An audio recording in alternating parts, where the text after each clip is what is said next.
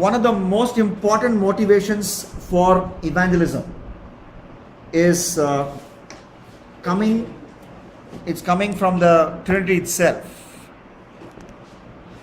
The most important motivation for evangelism is coming from the Trinity itself.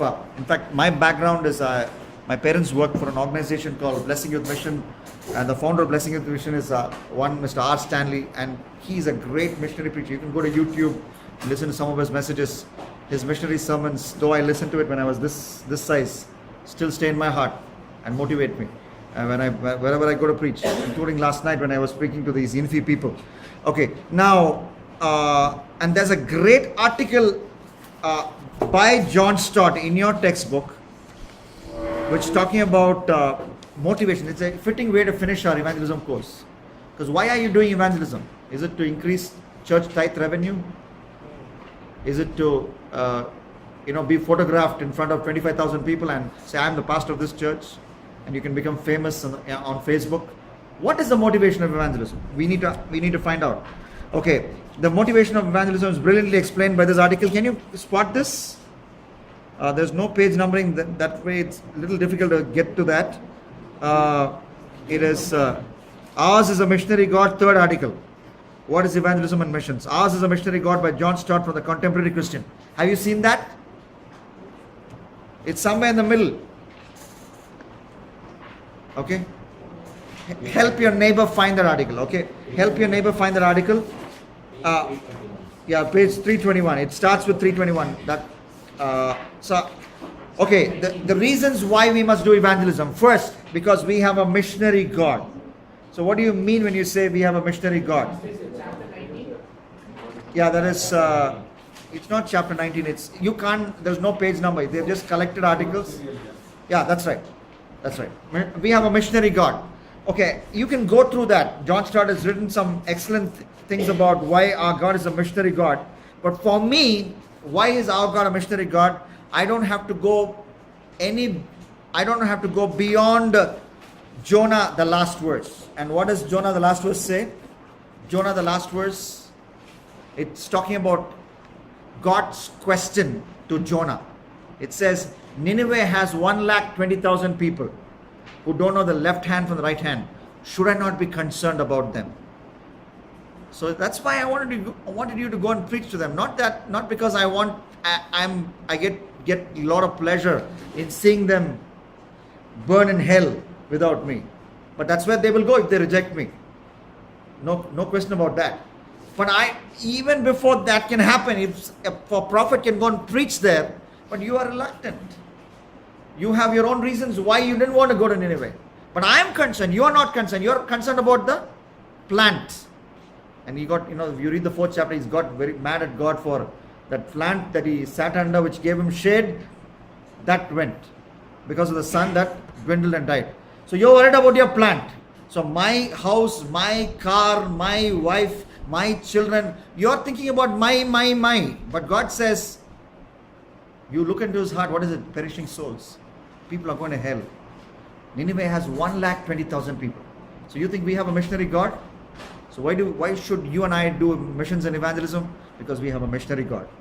And John Stott talks about other references. He talks about Genesis 12, 1-4. You can go through that. That's a great passage to show that our God is a missionary God. But I want to go to the next reason. Why do we do missions? That is very, very important. What is the motivation? We have a missionary Christ.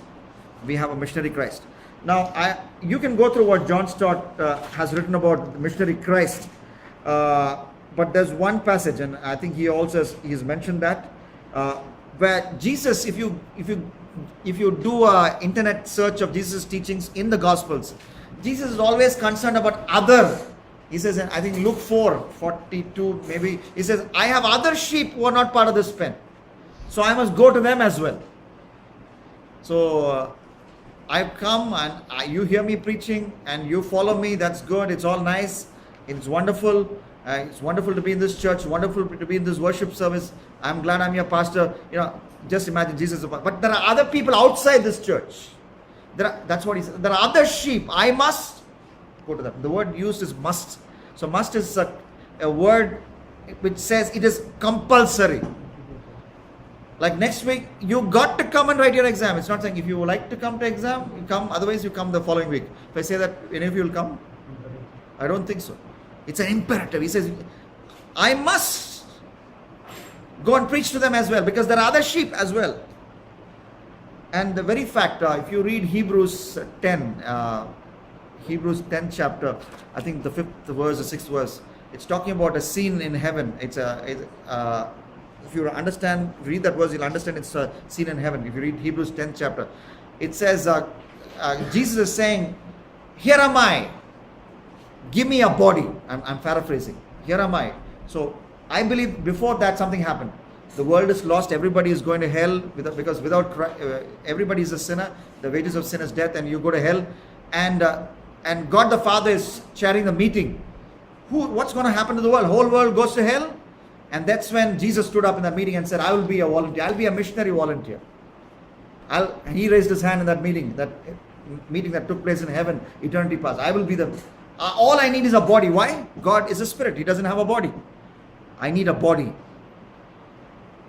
Give me a body, and I will go in. All I need is a body. So from planet heaven, he came as a missionary to planet earth. And you can read what John Stott is talking about the missionary Christ. Jesus is a missionary, and our motivation. And then what about why are we a missionary? Why are we supposed to get involved in missions? Because we have the missionary spirit, Holy Spirit. Acts 13, we read about the church in Acts 13. Is it the Antioch church? Okay, when they were praying, the Holy Spirit said, set aside 2 fellows from your church so that they will go and preach the gospel. Who's that? One of them? The great apostle Paul and Barnabas. Who said? The Holy Spirit. So if you are led by the Holy Spirit, okay, many people think about led by the Holy Spirit, you'll jump up and down. Yeah, you can jump up and down. You can go even above the roof, no problem. If you're led by the Holy Spirit, you will, as much as you want to do high jump, you'll do long jump. What is long jump? Go after the lost. Go after people who don't have Jesus. The other day I was reading about, I bought the latest copy of the Sports Star, and they had a page, it had one page neatly arranged, one page of all the Olympic records in different disciplines. And then I saw the long jump record. It's about 8+ meters. 8+ meters. 8 it's not 9. So 9-meter barrier is not it. Okay, that's the longest a man can jump. Long jump. And one Olympics in the 60s, I believe, Bob Beamon did a huge long jump. And that's because that Mexico City, it's not in a lower area, it's in a high area. It's maybe at the top of a hill. So the higher you go, the less air, and air is less dense. So he could go a long distance, and that record stood for a long, long time. Now, I believe if the Holy Spirit is within us and we allow the Holy Spirit to speak to us, one of the things the Holy Spirit will often say is, go after the lost. Because that's what he did in Acts chapter 13. So I talked about God the Father, I talked about God the Son, God the Holy Spirit. Whom do they form? They form the Trinity. So you can't claim to worship the Trinitarian God and not be missionary minded or evangelism minded. You will be. You can't see worship. When you worship God, you become intimate with God. God the Father, God the Son, God the Holy Spirit. And then how will it result? It will result in your holy life. That's one thing.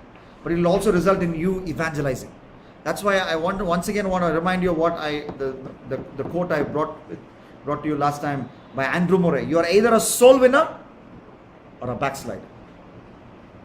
Because the more you fall in love with God, the God the Father, God the Son, God the Holy Spirit, you will want to fulfill what their heart desires. And what is their heart desire, as we have seen in this study? That souls must be saved. So that's the motivation. Not your fame, it's not some shortcut to make some big money. I told the Infi people yesterday. I used to work for HSBC till November 2008, and then I'm in full-time ministry. I tell them God takes care of me much better than HSBC ever did. But did I come to ministry for the money I would be getting? Absolutely not. Money, God takes care of you. I'm not saying that. But those are small side highlights. The main thing is souls must be saved. The last man in our nation should hear about Jesus. The last man in our world should hear about Jesus. And then there's one more reason, and that's the climax of book of Revelation. And I've seen our worship team refer to this verse, and it's actually a missionary verse. You have in the book of Revelation, it's there not just in one place, in two places. It's there in chapter 5 and it's there in another place, I believe. These are all familiar verses. It says in heaven, who's going to be in heaven? People from all tribes, people, language and nation. So that's the climax of the Bible. It's a missionary climax. So how do you think all people will come there? Apne aap se? Just like that? And that's where Romans 10 comes to the picture. Romans 10 to 13. I quoted Romans 10:9. If you confess with your mouth Jesus is Lord and believe in your heart God raised him from the dead, you will be saved. And then after that, there is a series of questions. How can they hear? Okay, can we read those questions? Romans 10 onwards. Anybody with the open Bible? Quickly, and we'll finish. So, in heaven, all people from different backgrounds are going to be there. But how will it happen? It can't happen like that. Something has to be done. What has to be done? Romans 10 onwards. Paul is asking a series of questions. It's like conducting an examination. An answer for every exam. Your final exam, you might have a lot of choice. But this exam, this question paper Paul is setting, every answer is compulsory. You have to answer it. What's the first question? For with the heart man believeth unto righteousness. Okay. And with the mouth confession is made unto salvation. Yes. For Go the ahead. scriptures say, whosoever believeth on him shall not be ashamed. Okay, Paul is basically talking about the content of the gospel. Whoever believes in Jesus shall not be ashamed, he will be saved. Okay, that's the content of the gospel. Now what should you do? Okay. For there is no difference between the Jew and the Greek. Okay, yes. For the same Lord over all is rich unto all that call upon him. Okay, Paul says for whether you're Jew or Gentile, American or Indian, this is the way of salvation. You have to come to Jesus and believe in him, and that's the way of salvation. Yes, then? For whosoever shall call upon the name of the Lord shall be saved. Okay. And then, now that you understood the gospel, what should you do about it? Sit at home and suck your thumb all day? What should you do about it? Yes. How then shall they call on him? How then shall they call on him? In whom they have not believed. In whom they have not believed. How can people believe if they're not believed in Jesus? How can they call on him to be saved? Because all it takes to be saved is to call on Jesus. But how can they call on Jesus if they're not even believed in Jesus? Okay, and then next question. And how shall they believe in him of whom they have not heard? How can they believe in Jesus if they've never heard about Jesus? Yes. And how shall they hear without a preacher? And how can they hear without a preacher? And that's this program is all. This whole program here is all about training preachers to preach the gospel. Because the word of God says, how can they hear without, unless a preacher goes and preaches. So, unless you go to all tribes and peoples, languages and nations, how can they hear? That's why. So that's why we need to go to all tribes, peoples and nations, so that then you will go preach to them, they will believe in Jesus, and you can have a worshipping community. And what is worship service? It's only practice for the final. It's only when we worship here, it's only practice for that final day when we'll worship with all people, tribes, languages and nation. You all have your practice on Friday evening or Saturday evening. But that is a practice for the practice. That is not the practice. That is a practice for the practice, because the worship, that is only practice, because the real thing is going to be in heaven. The real thing is going to be in heaven, and we are all going different places preaching the gospel. So I tell, somebody writes to me, asks me, I was working in Hyderabad and my IT company transferred me to Gurgaon. Please pray and come back. I said, thank God. I'm not going to pray. I'm going to praise God, because if you go to Gurgaon, there are not many churches like there in Hyderabad. You'll go and be a witness and preacher of the gospel there. I'm glad. I'm not going to pray. I'm going to praise God. That's a way to be a missionary. We need to look for different ways. You get a proposal from United States and Northern States, and somebody says, I want to marry that boy who is working in the Northern States. That Northern India is the least evangelized place in the whole world. I'm glad. You as a girl from South India go and settle in North India and set up a model Christian home. You're a missionary. So I'm pretty passionate about these things. And what is this? Where is this coming from? It's all coming from a missionary father, missionary son, missionary Holy Spirit, and a missionary climax in the Bible. So think about this. So